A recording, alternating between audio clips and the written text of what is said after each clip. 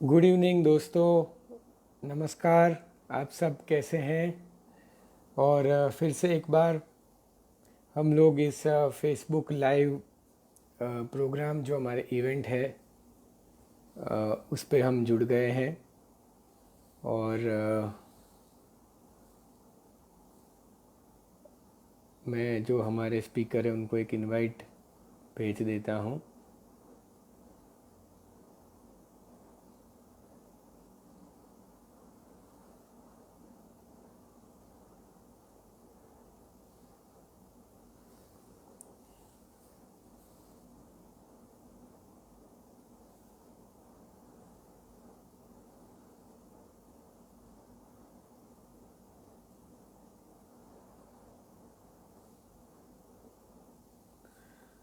तो नमस्कार, आप सब लोगों का स्वागत है वही फेसबुक लाइव माइंड टॉक्स, जो हमारी ये फेसबुक लाइव की सीरीज़ है। और इसी इसी दौरान आप एक मिनट होल्ड करिए, मेरे स्पीकर का फ़ोन आया है, प्लीज़। हाँ जी, हाँ जी फैज़ल भाई, हाँ जी, बस मैं ऑनलाइन हो रहा हूँ अभी। चलो ठीक है, हाँ जी, हाँ जी, हाँ जी, हाँ जी, थैंक यू। हाँ, तो आज हमारे जो साइकियाट्रिस्ट एक्सपर्ट जो है, एक तो मैं हूँ डॉक्टर ज्योतिक बचेज, Saphalya mind and body clinic Ahmedabad से। और ये पूरे महीने में यानी कि अक्टूबर 2021 से हम लोग काफ़ी टाइम फेसबुक लाइव अलग अलग विषय पे चर्चा करेंगे। और आज के हमारे जो स्पीकर है वो डॉक्टर फैसल खिलजी साहब हैं। औरंगाबाद में वो एक साइकेट्रिस्ट के तरीके से प्रैक्टिस कर रहे हैं। वो कुछ ही टाइम में अभी जुड़ जाएंगे, तो उनके साथ हमारी बातचीत जारी रहेगी।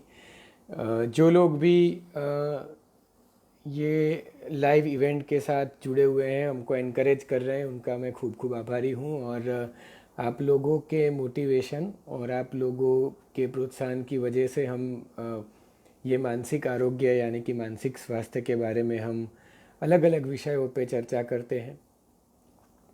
जो आज की भी बात है, जो व्यसन, जो नशे की बात है, उसके बारे में पूरी ये फेसबुक लाइव इवेंट है।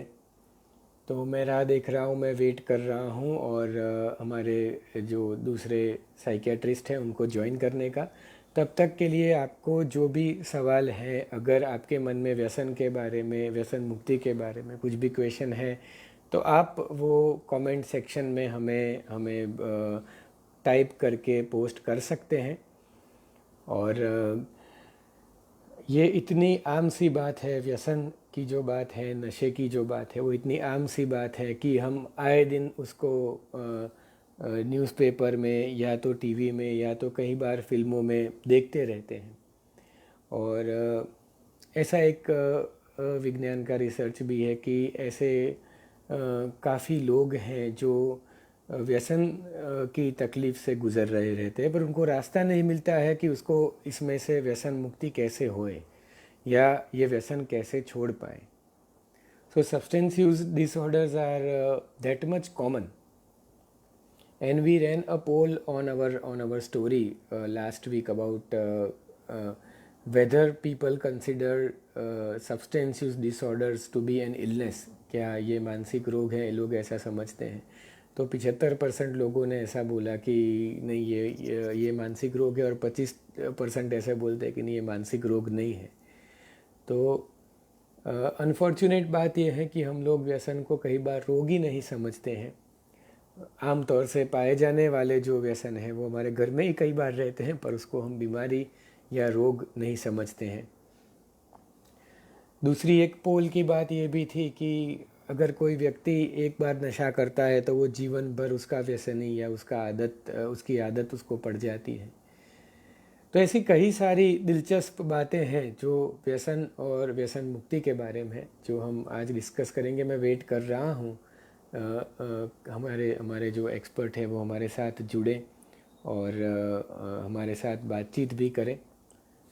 तो काफ़ी सारे लोग जुड़ रहे हैं, खुशबू बहन, चिराग भाई, Riddhi, Pallavi, you all are welcome on this Facebook live event. You all are good friends, and please, if you can put your ask your questions in the comment section to make this discussion more interesting. क्योंकि करीब आज से 10-12 साल पहले की बात करें, जो भी मैंने साइकेट्री की रेसिडेंसी शुरू की थी, तो सही में मुझे इतना पता नहीं था कि इतने इतने मानसिक तरीके से व्यसन पूरे देश में या पूरे विश्व में छाया हुआ है। और ना ही सिर्फ वो जो हमको तो सब लोगों को आमतौर से शरीर की तकलीफ़ें ज़्यादा दिखती हैं, कि व्यसन से जुड़ी हुई जो शरीर की तकलीफ़ें हैं वो हमें ज़्यादा दिखती हैं, पर उसकी शुरुआत कहीं ना कहीं मन से होती है। तो मैं फिर से हमारे स्पीकर को एक बार इनवाइट भेज देता हूँ कि वो जुड़ जाए इसमें, और मैं उनको एक मैसेज भी डाल देता हूँ कि वो इसमें जुड़ें, ताकि हम उनका इंट्रोडक्शन भी कर सके, हमारी बात आगे भी चला सके। कई बार व्यसन जो है वो एक स्टाइल या एक क्या बोलते हैं उसको, स्टेटस सिंबल के हिसाब से लोग उसको यूज़ करते रहते हैं। कई बार उसको स्ट्रेस दूर करने के तरीके के हिसाब से उसको यूज़ करते हैं। कई बार कोई रिस्पॉन्सिबिलिटी, कोई जिम्मेदारी से दूर भागने के लिए भी व्यसन का इस्तेमाल होता है, या कई बार सिर्फ़ और सिर्फ ऐसे ही दिमाग में व्यसन लेने की आदत पड़ जाती है। तो हमारे स्पीकर को मैं ऐड कर देता हूँ, उनको मैंने ऐड कर दिया है।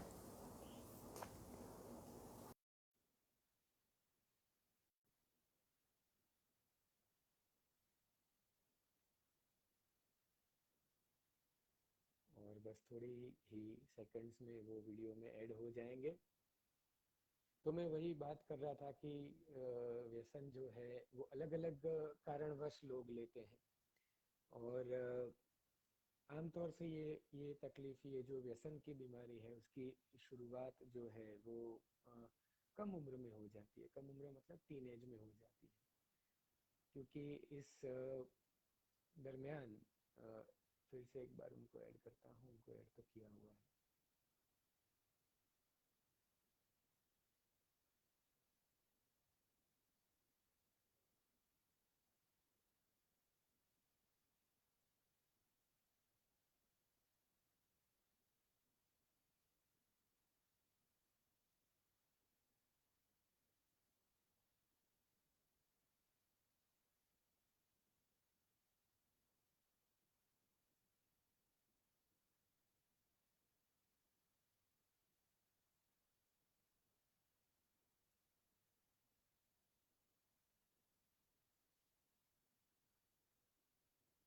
एक बार उनको ऐड करता हूँ, रुक जाओ। तो आप लोगों के, यस यस डॉक्टर फैसल साहब हमारे साथ जुड़ गए हैं फेसबुक लाइव में, और I welcome you doctor Faisal Khilji. He is a consultant psychiatrist. आपको मेरी आवाज सुनाई दे रही है? जी बिल्कुल बिल्कुल, मेरी और आवाज है? हाँ जी, आपकी आवाज, आपकी वीडियो भी एकदम क्लियर है। तो मैं पहले डॉक्टर फैसल साहब को वेलकम करता हूं और उनका एक ब्रीफ इंट्रोडक्शन देता हूं। सबसे पहली बात यह है कि डॉक्टर फैसल साहब मेरे सीनियर रह चुके हैं और अभी भी है उन्होंने मुझे काफी सारी साइकियाट्री अपने रेसिडेंसी में सिखाई थी, और उनका जो एक्सपीरियंस इसी विषय में 10 साल से भी ज्यादा, करीब 11 साल 12 साल का अनुभव है, और वो हैप्पी फैमिली हॉस्पिटल औरंगाबाद में प्रैक्टिस करते हैं। इंसान तो काफी अच्छे हैं ही, पर मनोचिकित्सक के दृष्टिकोण से देखे अगर, तो उन्होंने अभी रिसेंटली एडिक्शन मैनेजमेंट से उन्होंने एक सर्टिफिकेट कोर्स किया हुआ है डिजिटल एकेडमी निमान से, और काफी बार उनके अवेयरनेस एक्टिविटीज या उनके आर्टिकल्स अखबारों में या न्यूज चैनल पे इंटरव्यूज आते रहते हैं। So I welcome very enthusiastically doctor Faisal on this platform. Thank you for hour, yes. तो हमारी बातचीत हम सीधा शुरू करते हैं, बिना बिना कोई टाइम वो करते। तो आप मैं थोड़े सब्सटेंस यूज डिसऑर्डर के बारे में एक बैकग्राउंड बिल्टअप कर रहा था। कि हमने एक पोल रन किया था अभी हमारे स्टोरी पे कि क्या व्यसन, क्या नशा एक बीमारी है या मानसिक बीमारी है या नहीं। तो आप उसके बारे में थोड़ा मुझे अपने अनुभव से बताइए प्लीज। जी, आमतौर पे हम सब लोग तो सोसाइटी के अंदर हम सुनते हैं, और जिस सोसाइटी में हम बड़े हुए हैं, बहुत सारी बातें हम लोग एक्सेप्ट कर लेते हैं जो हमने सुनी है लोगों से। तो ये पहले यही समझता था मैं भी, जब मैं इस फील्ड में नहीं था, कि जो है सब्सटेंस यूज डिसऑर्डर्स जो होते हैं, ये सिर्फ एक इंसान की एक आदत होती है, जैसे दूसरी कुछ आदतें होती हैं, उनमें कुछ अच्छी भी होती हैं, बुरी भी होती हैं। तो ये मेरी समझ थी।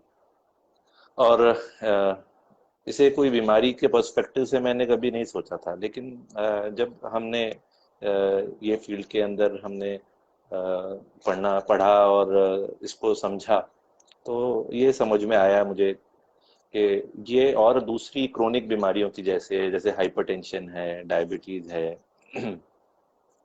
हाइपोथायरॉयडिज्म है, दूसरी जो क्रोनिक बीमारियां होती हैं, जो इंसान के शरीर के अंदर कुछ ऐसे चेंजेस आने की वजह से होती हैं, जो है काफ़ी क्रोनिक होती हैं, लॉन्ग स्टैंडिंग होती हैं।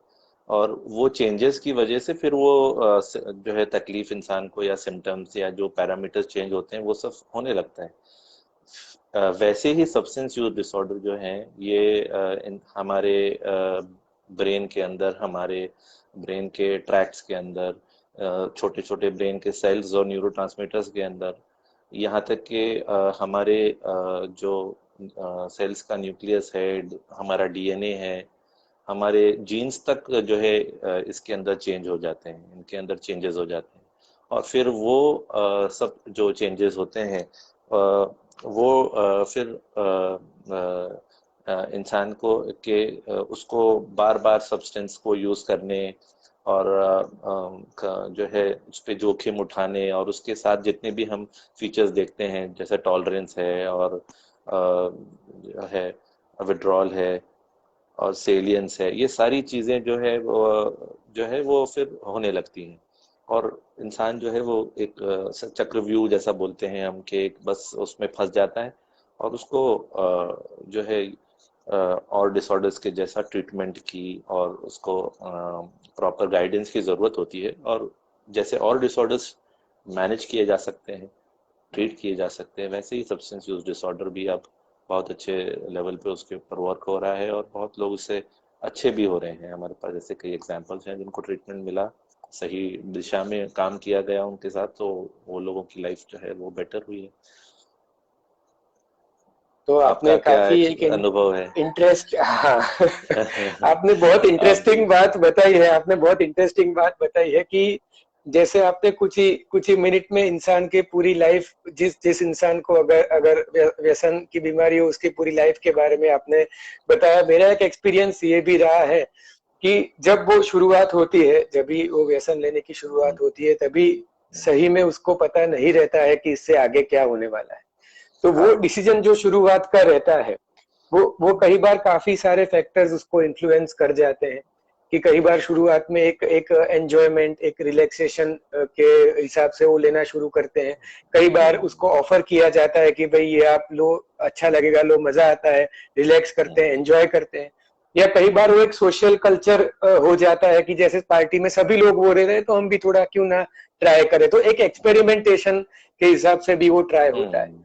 और जो हम्म। ब्रेन की आपने बात की वो बहुत बढ़िया बात इसीलिए है क्योंकि काफी लोग, चलो मैं तो ये समझता हूँ कि जिसको व्यसन की बीमारी है वो तो नहीं समझता है कि उसको दिमागी तकलीफ है, पर परिवार के लोग हैं, हमारे समाज के लोग हैं, या दूसरे भी लोग हैं, जैसे काफी हमारे मेडिकल फ्रेटर्निटी के भी लोग हैं, वो जी। ये ब्रेन को इफेक्ट करता है, हम्म। ये वो नहीं ग्रास्प कर पाते हैं। और जैसा आपने बताया कि सबकी समझ वो आदत वाली बात पे अटक जाती है कि भाई आदत है छोड़ दो, आदत है छोड़ दो। हम्म। तो इसके साथ एक और बात आती है कि किन चीजों का व्यसन हो सकता है, या ऐसे कौन से सब्सटेंसेस है जिनका, कौन से कॉमन सब्सटेंसेस है जिनका व्यसन हो सकता है। जी। जी। बिल्कुल सही बोला ज्योतिका आपने, कि ये जो सोसाइटी के अंदर जो सोच है, ये बहुत ज़्यादा डिले करा देती है ट्रीटमेंट को और सही हेल्प हासिल करने को, अपनी तकलीफ को पहचानने में। फर्स्ट ऑफ ऑल अपनी तकलीफ को पहचानने में, अपने घर वालों की तकलीफ को पहचानने में, ये सोच से बहुत प्रॉब्लम होता है। और लोग बहुत सारी चीज़ें जो है वो उसको कैजुअल लेते हैं कि यार ये थोड़ी कोई एडिक्शन है, ये थोड़ी कोई आदत है, ये तो सब करते हैं, इस टाइप्स में हम देखते हैं। तो बहुत वैरायटी है मतलब सब्सटेंसेस, बल्कि मैं तो ये कहता हूँ कि ऑलमोस्ट हर चीज जो है वो लोग अगर उसको करना चाहे तो उसके सब्सटेंस के एडिक्ट हो सही सकते हैं। सही बात किसी है। ने बताया कि सबसे बड़ा ज्यादा एडिक्शन जो है वो खाने पीने की चीजों का है, जो है। तो हालांकि वो जो सब्सटेंस भले ही उसको अभी कोई फॉर्मल डायग्नोसिस ना मिली हो, लेकिन हाँ अगर जी। कॉमनली देखा जाए जो इलिसिट सब्सटेंसेस हैं, मतलब तो वो जैसा निकोटीन है, अपना तंबाकू है, वो अलग अलग प्रकार से लिया जा सकता है, वो हम जानते हैं। और जो है फिर अल्कोहल है, कैनबिस है, गांजा जिसको बोलते हैं अपन, है ना। हाँ जी। अल्कोहल है, राइट। अल्कोहल में कितना वैरायटी है, मतलब वो बियर से हाँ शुरू जी। होता है। और हाँ जी। फिर हाँ, उसके अंदर कितनी वैरायटी है और किस किस तरीके से उसको लिया जाता है। और फिर उसके बाद में जो एक ओपियोइड्स का क्लास आता है, जिसके अंदर ये डोडा होता है, सादा अपन जो अफीम। देखते हैं गांव में हाँ। अफीम में, हाँ, गांव देहातों में लोग करते हैं अफीम। फिर उसमें हाँ जी। हेरोइन है, और फिर अब मेडिकल बहुत सारी चीजें आ गई हैं, इंजेक्शंस हैं, पेंटाजोसिन है, मेफेंटेरामिन है, और वो हाँ लिमिट हाँ। ट्रामेडोल है, बढ़ते जा रहा है, मतलब जो नया यस आता है यस। वो उसका एडिक्शन हो स्टेरॉइड्स। जाता है। हाँ जी। हाँ जी। स्टेरॉइड्स हैं जी, हाँ स्टिमुलेंट्स हैं, हाँ। ब्रेन स्टिमुलेंट्स वगैरह हैं। और हम्म। ये आपके नींद की नींद की गोलियां। हाँ टैबलेट्स हैं। और अब हाँ नए नए हाँ। जो आजकल पार्टी ड्रग्स वगैरह हैं, जो नया हाँ जी। जो हमारी जनरेशन है उन लोगों के अंदर जैसा ये हाँ सब जी। चीज़ों को एक्सपोजर बहुत होता है। स्कूल्स के हाँ जी। अंदर है, जो है एमडी वगैरह, हाँ एक्सटेसी जी। वगैरह, हाँ जी। मतलब है ना, और एलएसडी, और उसके अंदर नए नए मतलब जो हाँ। इस तरह की लेबोरेटरीज हैं वो रिसर्च करके नई नई चीजें निकालते हैं, जो हम्म। हम्म। हर हम्म। रोज जो है वो लिस्ट में इजाफा हो रहा है, मतलब हाँ हाँ हाँ तो, हाँ हाँ। और फिर वो सॉल्वेंट्स हैं जो सूंघे जाते हैं, जो पूरा पूरा अपने में आप में क्लास हाँ। है, जिसमें थिनर है, अल्कोहल हाँ है, जी। वो स्टिक फास्ट है। हाँ जी। और हाँ जी। ये जी, तो बहुत बहुत सारी चीजें हैं जो सब्सटेंसेस हैं जो कि एडिक्ट, जिसके हम आमतौर पे लोगों को देख रहे हैं। हाँ। जो लिस्ट काफी तो बड़ी है। और हाँ हाँ। तो हम्म, आपने आपने काफी सारी बातें उसमें उसमें बताई, काफी सारी लिस्ट है।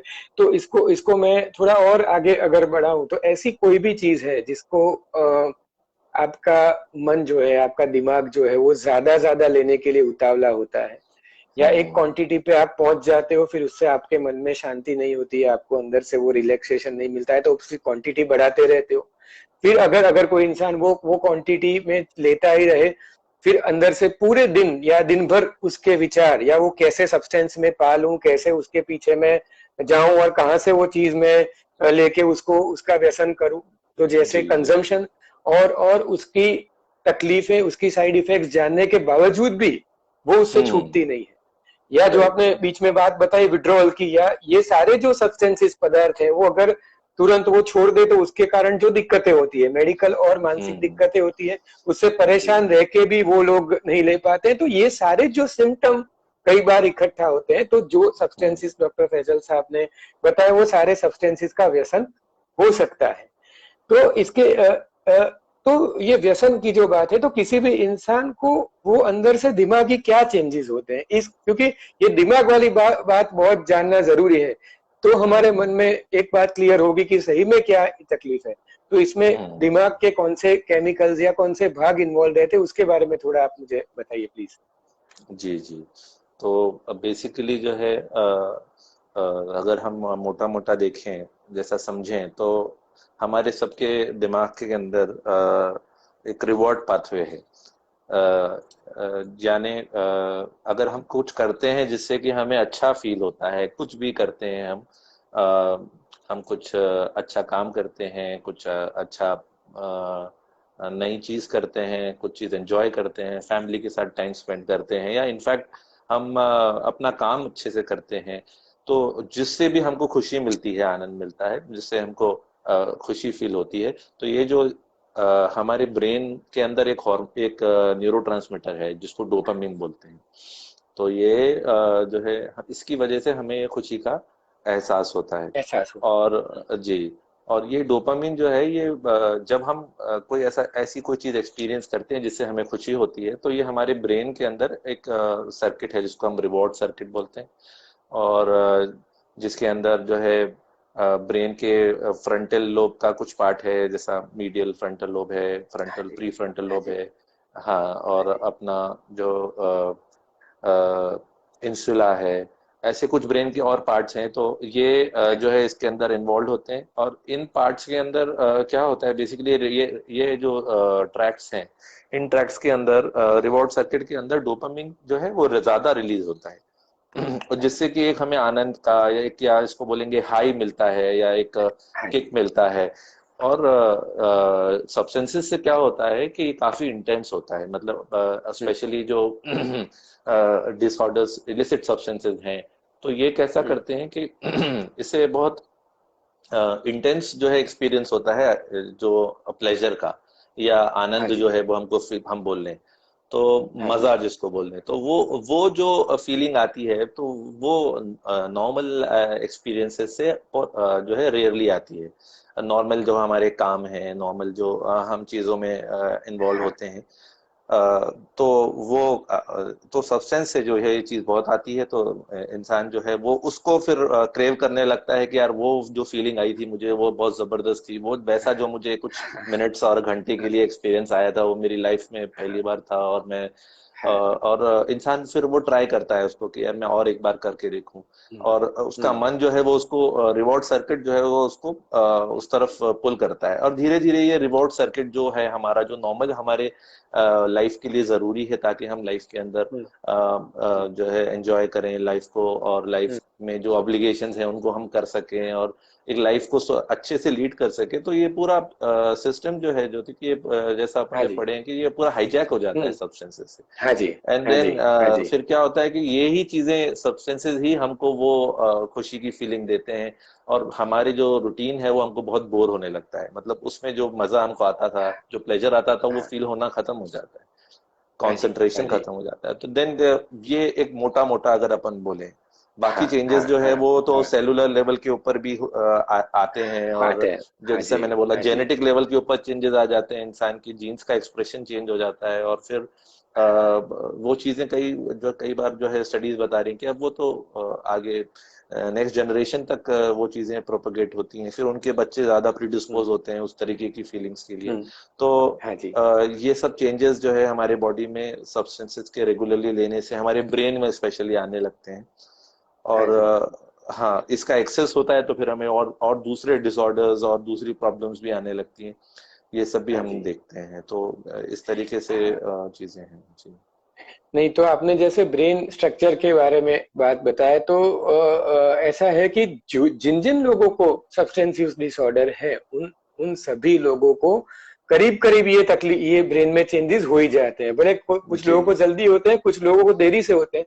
और ऐसे राइट, कुछ ऐसे स्टडीज भी, ऐसे कुछ भी रिसर्च आए हैं कि जो लोग लंबे समय तक व्यसन लेते रहते हैं, उनके ब्रेन वॉल्यूम्स भी कमजोर पड़ जाते हैं। तो ब्रेन राइट, वॉल्यूम राइट, भी कमजोर होता है, तो उनको फिर, जैसे आपने प्री फ्रंटल कॉर्टेक्स की बात करी, तो उनमें जैसे डिसीजन मेकिंग रहता है, या गुस्सा कंट्रोल करने वाले जो मैकेनिज्म्स रहते हैं, या प्लानिंग, प्रोग्रामिंग, इवन या मेमोरी, कंसंट्रेशन, हम्म, तो ये सारे सब चीजें भी, जैसे आपने हाईजैक बताए, हाईजैक हो जाती है। और राइट, ना सिर्फ उसका खुद का ब्रेन तो तकलीफ में रहता ही है, पर उसके कारण ग्रेजुअली परिवार के जो मेंबर्स हैं, जो नेक्स्ट जनरेशन है, वो सारे लोग भी इनसे इनसे इम्पैक्ट में आते हैं। जी, और ऐसी बात है कि ये व्यसन लेते लेते चीजें आती रहती, तो इंसान को हम्म, कई बार खुद पता रहता है कि मैं व्यसन ले रहा हूँ, मैं कर रहा हूँ, मुझे याददाश्त नहीं रह रही, मेरा स्वभाव बदल रहा है, मेरा पर्सनालिटी चेंज, पर फिर भी वो उसको छोड़ नहीं पाता है। नहीं और पाता है, एग्जैक्टली। छोड़ नहीं पाता है, क्योंकि कई बार वो जो आपने क्रेविंग के बारे में बताया, वो व्यसन की इफेक्ट के सामने वो बेबस है, वो मजबूर है, और मजबूरी इतनी हो जाती है कि उसको उसमें जाना ही पड़ता है। तो इसमें एक एक बात और भी आपने बताई कि वो हेरिडिटरी होता है, यानी नेक्स्ट जनरेशन तक पहुंचता है। तो वल्नरेबिलिटी के बारे में अगर बात करें तो कौन से लोग हैं जो, क्योंकि सब लोग, हम लोग आमतौर से भी देखते हैं कि काफी सारे शॉप्स हैं या काफी सारे जो व्यसन है वो आमतौर से रोड पे भी मिलते हैं। तो हम्म। क्यों क्यों सारे लोग व्यसन को क्यों नहीं लेना शुरू कर देते, क्योंकि कुछ काफी रिस्ट्रिक्टेड पॉपुलेशन है कि जो व्यसन में है। तो कौन से ऐसे वल्नरेबिलिटी फैक्टर्स है कि किसी इंसान को वो व्यसन या नशे की तरफ ले जाती है? हाँ ज्योतिक, तो ये बहुत, इसमें बहुत चीजें हैं, जैसा एक जो है इंसान की एज अपने आप में एक बड़ा फैक्टर है। कि अगर स्टडीज ये बताती हैं कि अगर बहुत कम एज के अंदर इंसान सब्सटेंसेस को यूज करता है as compare to later age, तो टीनेज में अगर सब्सटेंसेस यूज करते हैं तो कई कई गुना, मतलब जो है वो ज्यादा चांस होता है कि आप सब्सटेंस यूज डिसऑर्डर्स के अंदर चले जाएंगे एज कंपेयर टू जब आप मेच्योर ब्रेन होता है आपका। क्यों? क्योंकि ब्रेन जो होता है, हम सब जानते हैं कि जो प्री फ्रंटल लोब है, दिमाग का जो, आपने जो बातें बोली बिल्कुल, प्लानिंग और मेमोरी और जो एग्जीक्यूटिव कंट्रोल है, ये सब चीजों के लिए जो जो हमारा ब्रेन का जो हिस्सा है वो काफी लेट टीन एज के बाद में, बल्कि एडल्ट ब्रेन एज में भी डेवलप होते रहता है। हाँ तो जी। उस, हाँ, उस एज के अंदर क्या होता है कि जो है इंसान का खुद पे जो कंट्रोल है, इनिबिटरी कंट्रोल है, और ये सब चीजें जो है उतनी लेवल पे डेवलप नहीं होती हैं। तो ये सब्सटेंसेस के चक्कर में और ये जो है एडिक्शन के अंदर फंसने का चांस बहुत ज्यादा होता है। तो राइट। वल्नरेबल एक एज बहुत बड़ा फैक्टर है। फिर उसके बाद में एजुकेशन लेवल से भी बहुत सारी चीजें हैं कि कई स्टडीज ये बताती हैं कि जो लोग स्कूल ड्रॉप आउट्स हैं बच्चे, जो लोग जो फैम जहाँ पर या फिर जिनकी एजुकेशन लेवल कम है, तो उन लोगों के अंदर जो है अगेन जो है ये सब चीजें ज्यादा ज्यादा पाई जाती हैं, सीवियर फॉर्म्स ऑफ डिसऑर्डर्स। और इसके साथ फैमिली बैकग्राउंड भी बहुत मैटर करता है, जैसे हेरिडिटरी है। अगर पेरेंट्स के अंदर एडिक्शन है, डिसऑर्डर्स हैं, तो वो बच्चों के अंदर एज कंपेयर टू दूसरे हेल्दी कंट्रोल जिनके पेरेंट्स में ये डिसऑर्डर्स नहीं थे, तो जाने का रिस्क बहुत ज्यादा होता है। एक तो उसके अंदर हेरिडिटरी जेनेटिक फैक्टर्स भी हैं कि कुछ जीन्स होते हैं जो प्रीडिस्पोज करते हैं इंसान को, मतलब एक ही किस्म का नशा जो है वो अलग अलग लोगों के अंदर अलग अलग एक्सपीरियंस कराएगा, अलग अलग लेवल ऑफ हाई उनको होगा। वो बहुत ज्यादा मात्रा के अंदर जो है वो सब्सटेंस को पचा भी पाते हैं और उससे हाँ जी। यूज भी कर पाते हैं। बहुत से लोगों को बैड ट्रिप होता है, यूज करेंगे तो भाई अगली बार कभी नहीं करेंगे, पहली बार यूज किया तो ऐसा भयानक लगा यस। कि भाई अब वो दोबारा नहीं करेंगे। तो यस। ये जो एक्सपीरियंसेस में यस। इंडिविजुअल जो डिफरेंस है, कुछ जेनेटिक फैक्टर्स भी हैं। और इसके अलावा सोशो इकोनॉमिक स्टेटस और जो जो जो कल्चरल फैक्टर्स हैं कि कुछ सोसाइटीज के अंदर, कुछ कल्चर के अंदर बहुत सारी चीजें एक्सेप्टेबल हो जाती हैं कि उनके अंदर जो है वो स्मोक करना या तंबाकू खाना या फिर पुड़ी हाँ। खाना, ये सब चीजें अक्सर अब लोग मेरे जो यंग बंदे आते हैं मेरे पास में जो कि तंबाकू खाते हैं, या किसी ने उनको अगर हमने उनको पूछा कि आप क्यों खाते हैं इस टाइप से, तो वो उनका बोलना होगा सर काम करते हैं, काम करने में जो है थकान नहीं महसूस होती, काम करते हैं तो हमारा काम में ध्यान लगता है। तो इस टाइप के बहुत सारे एक्सक्यूजेस हैं जो बहुत जल्दी से वो क्लास के अंदर जो है लोग एक्सेप्ट कर लेते हैं, और उन्होंने वही जो है वो चीज उसमें बहुत ज्यादा रैम्पेंट होती है। हाँ जी। और हाँ जी।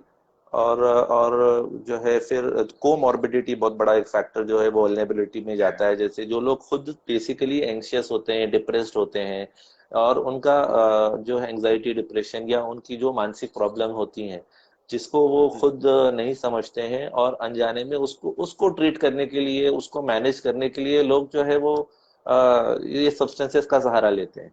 और वो समझते हैं कि हाँ बस मैं लेता हूँ तो मुझे नींद आ जाती है, बस मैं ये लेता हूँ तो मुझे बस मेरा सर नहीं दुखता है, मैं ये ले लेता हूँ तो मुझे घबराहट नहीं होती है, और मैं मेरे मेरे अंदर का डर निकल जाता है, तो मैं निडर हो जाता हूँ, या मैं ऐसा इससे इससे हाँ मुझे ये हाँ। बेनिफिट होता है। और वो बेसिकली हम्म एक मानसिक रोग में जो है वो होते हैं, हम्म और उसको वो हम्म, ठीक करने के लिए ये सब चीजें करने लगते हैं। तो ऐसे हाँ कई सारे, हाँ ज्योतिक आप भी बताइए कि कौन से और हाँ। फैक्टर्स हैं जो जिनसे जी। अ, क्योंकि वल्नरेबिलिटी फैक्टर्स वो बहुत सब्जेक्टिव और इंडिविजुअल रहते हैं, आपने लगभग सारे बता तो दिए ही हैं। पर एक पर्सनालिटी, जो एक स्वभाव का जो एक फैक्टर रहता है कि काफी हाँ हाँ। पर्सनालिटी में लोग इम्पल्सिव पर्सनालिटी होते हैं। Impulsive right. मतलब कि दिमाग में आज जो विचार आया वो करना ही है, उसका जी बाद में क्या बिल्कुल। आउटकम आएगा वो उनको पता नहीं रहता है। तो राइट इम्पल्सिव राइट। पर्सनालिटी भी इसमें एक रोल प्ले करता है। और जैसे बिल्कुल। कल्चरल आपने बताया, उसके साथ अवेलेबिलिटी ऑफ दिस सब्सटेंसेस, तो availability of right right. Substance अगर इजी रहे, अगर किसी को हाँ। इजीली मिल जाता है तो वो हम्म। तुरंत ही उसमें पड़ जाता है। पर इसमें कहने की बात एक और भी है कि इसके साथ जो रिस्क जुड़े हुए हैं वो हम सबको पता ही है, जैसे लीगल रिस्क जो है, मेडिकल रिस्क है। और इससे सबसे ज्यादा एक रिस्क जुड़ा हुआ है, वो एक सुसाइड का रिस्क। कि हम्म। सब्सटेंस यूज डिसऑर्डर वाले जो पेशेंट्स हैं उनमें सुसाइड का रिस्क काफी मात्रा में बढ़ जाता है, क्योंकि कई बार तो नशे में ही वो चीज हो जाती है तो पता भी नहीं रहता है। तो ये चीज पे गौर करना बहुत जरूरी है कि अगर किसी व्यक्ति को व्यसन है तो उसको सुसाइड का रिस्क ज्यादा रहता है। दूसरा, they are very prone to injury, fatal injuries, accident है, या कई बार राइट। काम करते करते भी अकस्मात हो जाते हैं, तो ये सब रिस्क उनमें रहते हैं। हमारा लाइव का टाइम करीब करीब खत्म होने आया, हमारे पास 5-7 मिनट ही है, तो हम थोड़ा ट्रीटमेंट की ओर जाते हैं। बाद में एक आध सवाल भी है, वो भी मैं पूछना चाहूंगा। पर पहले अगर इसका अगर ट्रीटमेंट अगर देखें हम, कि हम लोग जैसे साइकेट्री पढ़े भी थे और अभी प्रैक्टिस भी कर रहे हैं और अभी उसके बारे में डिस्कस भी कर रहे हैं, तो इसके ट्रीटमेंट ऑप्शंस लोग काफी टाइम ऐसा बोलते हैं कि क्या दवाइयों से व्यसन छूट सकता है, या कई बार लोग ऐसा, रिलेटिव्स जो रहते हैं वो स्पेसिफिकली चैलेंज करते हैं कि उसको व्यसन मुक्ति की, नशा मुक्ति की दवा आप दे दो, उसको मालूम नहीं चढ़ना पड़ना चाहिए, आप लिख दो बस पर्ची में ताकि वो व्यसन छोड़ दे। तो ऐसी चैलेंजिंग बातें भी relatives out of their frustration वो बोलते रहते हैं। तो इसकी राइट। इसकी सही ट्रीटमेंट होती है या नहीं, और अगर होती है तो क्या है, वो आप बताइए प्लीज। जी जी। तो अब देखिए, जैसा अपन ने पहले डिस्कशन में बात की कि ये एक क्रोनिक डिसऑर्डर है ना। तो मतलब जो बीमारियां क्रोनिक होती हैं, उनका ट्रीटमेंट भी जो होता है वो जो है वो लंबा चलने वाला होता है। और क्योंकि चेंजेस जो ब्रेन में होते हैं वो उनको काफी हद तक जो है हम ट्रीटमेंट के जरिए से हम चाहकर कोशिश कर सकते हैं कि उनमें रिवर्स हो, इंसान के अंदर चेंज आए। लेकिन उसका इम्पैक्ट जो होता है वो बहुत इंटेंस होता है, कई बार वो पूरी तरह चेंज नहीं होते हैं। तो इसलिए कैसा है कि ये समझना है पहले तो कि इसका ट्रीटमेंट कैसा है। तो इसका बेसिकली सब्सटेंस यूज का ट्रीटमेंट जो है वो फार्मेकोलॉजिक और नॉन फार्मेकोलॉजिक, जिसको हम साइको सोशल ट्रीटमेंट बोलते हैं, ये दोनों चीजें, मतलब दवाएं भी और साथ में काउंसलिंग, हाँ समुपदेशन, हाँ जी, हाँ मार्गदर्शन, ये हाँ सब चीजें। और जो है, और उसके साथ साथ रिहैबिलिटेशन, मतलब उनको हाँ जी, ऐसा एटमॉस्फेयर में उनको नॉर्मल लाइफ के अंदर जो है जो है फंक्शनल बनाना, और उनको बगैर नशे की लाइफ जो है वो पॉसिबल है, ये चीज का एक्सपीरियंस देना। तो ये एक अपने आप में एक मल्टी मॉडल ट्रीटमेंट है इसका होता है। और पेरेंट्स, आप सही बोलते हैं, जिस तरीके से रिलेटिव्स आते हैं फ्रस्ट्रेशन में, बस वो चाहते हैं कि एक आधी गोली से काम हो जाए। तो हाँ, तो ये सब चीजें समझना जरूरी है, समझाना और हमको सबको समझना जरूरी है कि ये इतना आसान नहीं है, कि इसके लिए पूरी तरह इन्वॉल्वमेंट जरूरी है, पूरा कमिटमेंट जरूरी है, तब जाकर फिर जो है वो रिजल्ट्स मिलते हैं। और क्रोनिक प्रॉब्लम है तो ये एक्सेप्ट करके चलना है कि ट्रीटमेंट भी होगा, और उससे इंसान में थोड़े चेंजेस भी आएंगे, लेकिन रिलैप्सेस भी होंगे। तो उससे डिसहार्टन नहीं होना है, उससे मायूस नहीं होना है कि यार हमने इतना इलाज किया और फिर वापस से वो तो नशा करने लग गया, या हम्म सब हम्म मेहनत। हाँ, हम्म तो ये सब चीजों हम्म, से कैसा है कि ये it is a part of the treatment, के रिलैप्स भी होगा, ट्रीटमेंट। और रिलैप्स के, हाँ, हम्म रिलैप्स के बाद में इंसान क्या स्टेप लेता है, वो किस तरफ उसको हम लेके जाते हैं। हम उसको वापस हाँ सोबरिटी की तरफ लेके जाने की कोशिश कर रहे हैं, या हम रिडक्शन करने की कोशिश कर रहे हैं। तो ये सब चीजें डिटरमिन करेंगी लॉन्ग टर्म आउटकम्स। कि इंसान जो हाँ पहले जी। बहुत ज्यादा कर रहा था अब वो कभी कभी हो रहा है, और उससे फिर वो और कम होते होते उसकी लाइफ, हाँ क्वालिटी जी। ऑफ लाइफ इंप्रूव हो रही है। तो ये सारी हाँ। चीजें इसके अंदर आ जाती हैं। मतलब पहला पहचानना अपनी बीमारी को, जिसको हम्म। आइडेंटिफिकेशन करना, उसके बाद एक्सेप्ट करना, डिनाइल में से हम्म। इंसान को निकाला जाए, इंसान हम्म। निकले कि भाई मैं मेरे को कोई हम्म। जरूरत नहीं है इलाज की, बल्कि वो हम्म। ट्रीटमेंट में इन्वॉल्व हो। और हम्म। बहुत सी हम्म। मेडिसिन हैं जो इसमें हेल्प करती हैं, हम्म। एंटी क्रेविंग है बहुत, जो हम्म। है सब्सटेंसेस के लिए है, कुछ के लिए हम्म। हम्म। अनफॉर्चुनेटली अभी अंडर डेवलपमेंट है, कुछ सब्सटेंसेस के लिए हम्म। अभी भी ऐसी मेडिसिन जो है हाँ वो जी। जो है रिसर्च में है, आप पर आएंगी फ्यूचर में।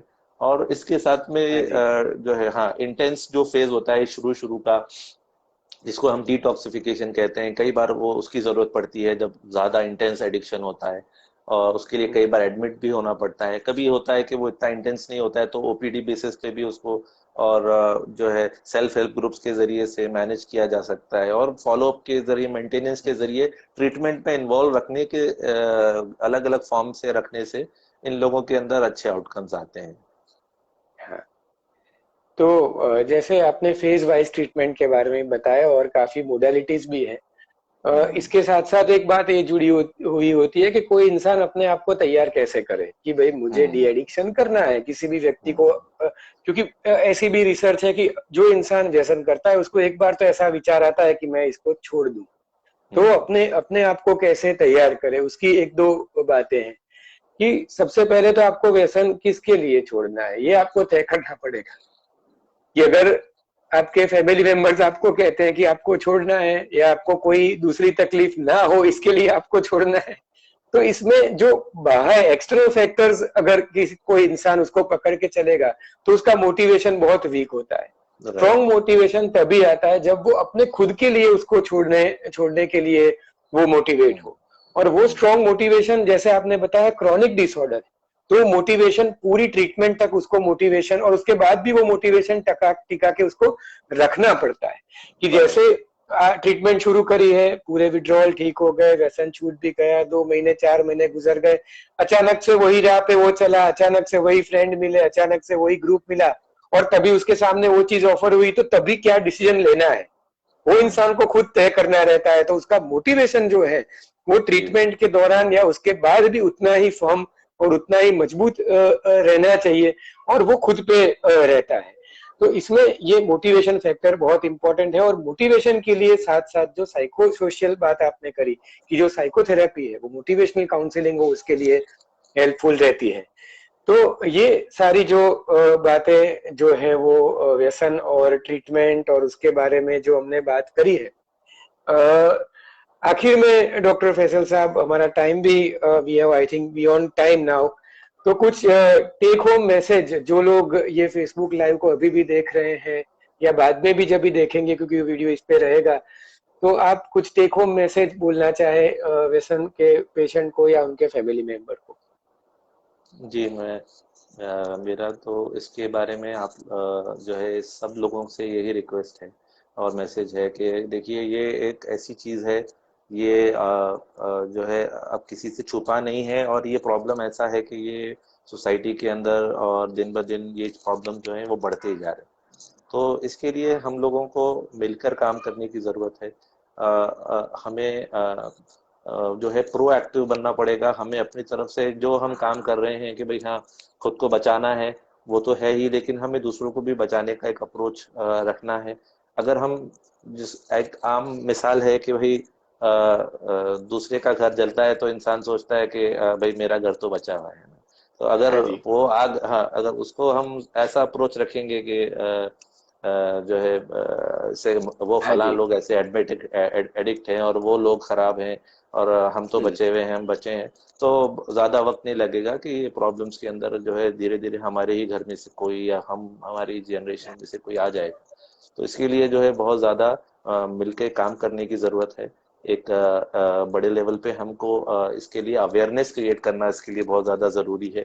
इस तरीके की प्लेटफॉर्म्स पे आकर हमने इस बारे में बात करना, तो बहुत सारे जो स्टिग्मा है सोसाइटी के अंदर, बहुत सारी गलतफहमियां हैं ट्रीटमेंट से रिलेटेड, ये नशे से रिलेटेड, वो लोगों की दूर होंगी।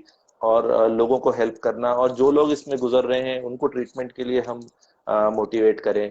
हमारे कोई फैमिली मेंबर्स हैं, हम खुद हैं, अगर किसी एडिक्शन के अंदर हम इन्वॉल्व हैं तो हमने ट्रीटमेंट सीख करने में लेट नहीं करना चाहिए। और इस बारे में अगर हम सब मिलके काम करेंगे तो हम एक बेटर फ्यूचर हम अपने जनरेशन्स को दे सकते हैं, एक बेटर जो है लाइफ हम जो है लोगों को दे सकते हैं और बहुत बड़ा काम हम कर सकते हैं। मुझे ऐसा लगता है कि ये एक पैंडेमिक के लेवल का प्रॉब्लम है जिसको कोई अकेला ठीक नहीं कर सकता है। कुछ चंद डॉक्टर्स मिलके नहीं कर सकते, हम सब मिलके अगर करेंगे, सोसाइटी का अगर इसमें इन्वॉल्वमेंट होगा, लोगों का जो लोग हैं अगर इन्वॉल्व होंगे तो बहुत, तो फिर ये काम अच्छे से हो सकता है। तो यही मेरी इच्छा है और यही उम्मीद है। आपने काफी उम्मीद वाली बात की है, और एक ये not only for the country but it is hope creating idea for the entire world. और अगर मैं थोड़ा लास्ट में बताना चाहूँ और इस अगर लाइव को एंड करना चाहूँ तो दो बातें जो है मेरे मन में आती है कि व्यसन मुक्ति जो है वो एक्सपर्ट के पास ही हो सकती है, और उसके लिए साइकियाट्रिस्ट के पास जाना जरूरी है। तो वो संकोच, वो डर, वो शर्म अगर आपको व्यसन लेने से नहीं आती है तो आप साइकियाट्रिस्ट के पास जाने के लिए क्यों शर्मिंदा महसूस कर रहे हैं? सही बात। तो ये सबसे पहली बात है। इसके बाद पे इसके बारे में आप सोचिएगा जो भी ये लाइव देख रहे हैं। दूसरी बात है कि अगर किसी ने व्यसन मुक्ति करने का तय कर लिया, अपने लिए तय कर लिया और पूरी मोटिवेशन से तय कर लिया है, तो ये स्ट्रगल हर दिन की है, हर रोज की है। ये ऐसा नहीं है कि आज सोचा और कल छूट गया और कल अपने दूसरा कुछ मोटिवेशन करेंगे। तो इस स्ट्रगल में अगर आप किसी एक्सपर्ट को साथ में अगर मिलाएंगे तो हमारी जो पूरी साइकियाट्रिस्ट की जो कम्युनिटी है, मेरे आइडिया में ऐसा कोई है नहीं साइकियाट्रिस्ट जो ऐसा बोलेगा कि व्यसन लेते रहो आप, हम आपके साथ नहीं है, आपके विड्रॉल आप सहन करो, परेशानी आप फेस करो, आपकी प्रॉब्लम है हमारी प्रॉब्लम नहीं है, ऐसा कोई साइकियाट्रिस्ट है नहीं।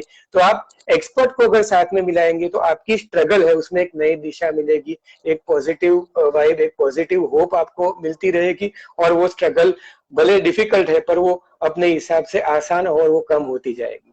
तो यही दो बातें हैं, उस पे गौर आप थोड़ा करना। Finally, thank you, Dr. Faisal Bhai, and all the audience who have been enthusiastically listening to this and watching this Facebook Live.